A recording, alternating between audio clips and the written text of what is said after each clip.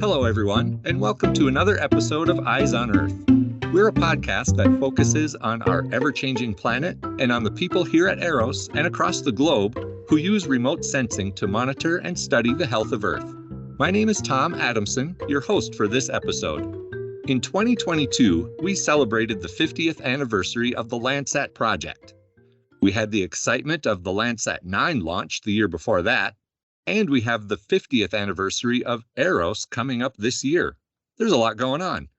In all of these commemorations, there's another significant milestone right now.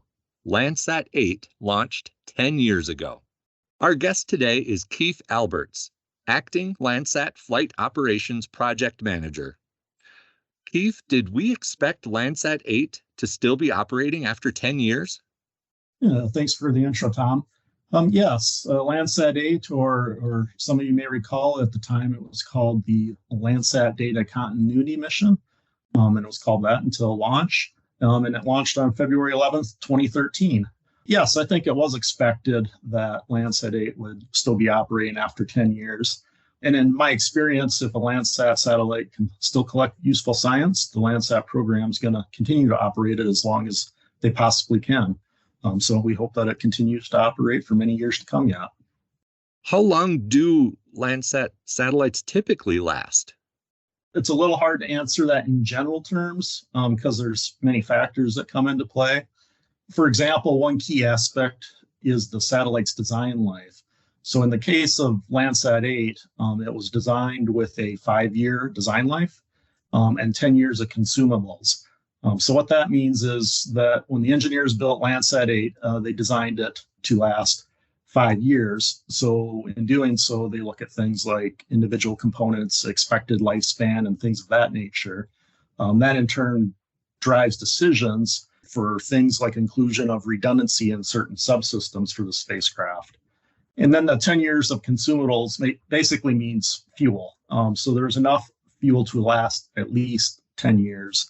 And generally, there's enough to go well past that 10 years. So those requirements are kind of, examples of what drive the design. But we've been really fortunate with Landsat that we've often exceeded that design life. And just as an example, Landsat 7 also had a 5-year design life. And as you're aware, that is now around 24 years old and still collecting science data. And actually, Landsat 5 had a 3-year design life, and that provided science data for nearly 29 years. And in doing so, set a Guinness World Record for the longest operating Earth observation satellite. Landsat has a pretty good pedigree for long-lasting satellites, especially since Landsat 5 onward. Yes. Well, I just checked in the USGS Earth Explorer website. Landsat 8 has now acquired over 2.5 million images. That seems like a lot of work. Are the instruments showing any signs of wear? So that might be a better question for the calibration and validation team, since they're the ones that regularly measure instrument performance. But I will say from the physical instrument aspect that the flight operations team monitors daily, both instruments continue to operate well. Of course, TIRS did have, TIRS being the thermal infrared sensor, did have an anomaly back in around, I think it was 2014, 2015 timeframe. The engineers were able to come up with an ingenious way to overcome that limitation, and it continues to provide quality thermal data today. You mentioned the thermal infrared sensor anomaly from a few years back. Have there been any other challenges that the flight operations team has had to overcome? Yeah, in flight operations there, and probably with any operations, there's always challenges, probably from a daily perspective. Just as a few examples, if there's a ground station that's down, they need to work to schedule around that and find other sites to downlink. Or as you've maybe seen in past website postings, we may have to plan a mitigation maneuver to avoid space debris. And then another big obstacle, of course, or challenge was COVID. And, that's especially impacts an operational environment where you have people working on shift and need to be there to perform operations. But from a satellite perspective, we occasionally might have an anomaly on the spacecraft.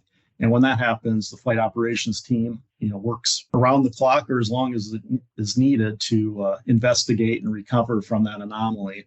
Sometimes it might even be a more extreme instance, an example of like the Tears anomaly that, required quite a bit of analysis and engineering to come up with a way to work around that, which ultimately changed, kind of our operations concept, how we operate. But that's the benefit to having really, really good engineering team and this cross matrix team that can overcome issues like that. Okay, Keith, time to try to predict the future. How much longer can Landsat 8 continue to operate? Well, I'm not good at predicting the future. There's at least not with any certainty, I guess. But at this time, there's no reason to believe we don't have many more years of operations, and we'll certainly do what we can to set it up for all the success we can. In an ideal scenario, we'd continue to operate until the limiting factor is the remaining fuel.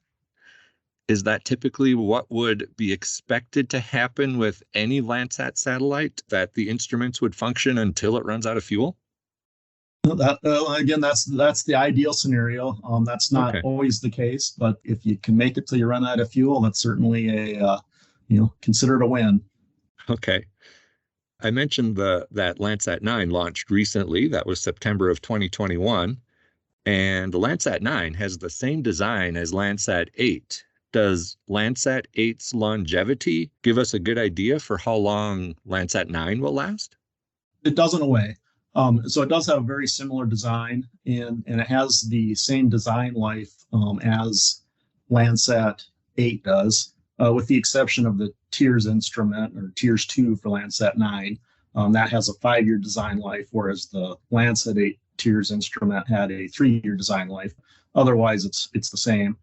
I think one benefit we have, or advantage, I guess, is that we're operating both Landsat 8 and Landsat 9, and given that they have very similar designs, if we notice something on Landsat 8 or experience some sort of anomaly, one of the first questions that the flight operations team asks themselves is could this apply to Landsat 9? And then we go look at that.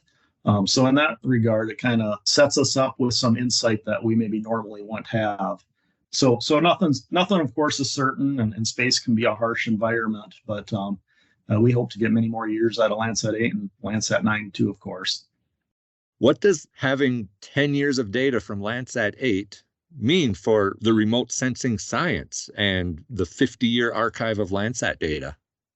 So I'm not an expert on all the various ways that science can be used, but from my perspective, every Landsat mission has played a major role in that. Of course, with Landsat 7, 8, and 9, continue to play a crucial role in that. That add data to the archive, and that's, of course, available to the public for free.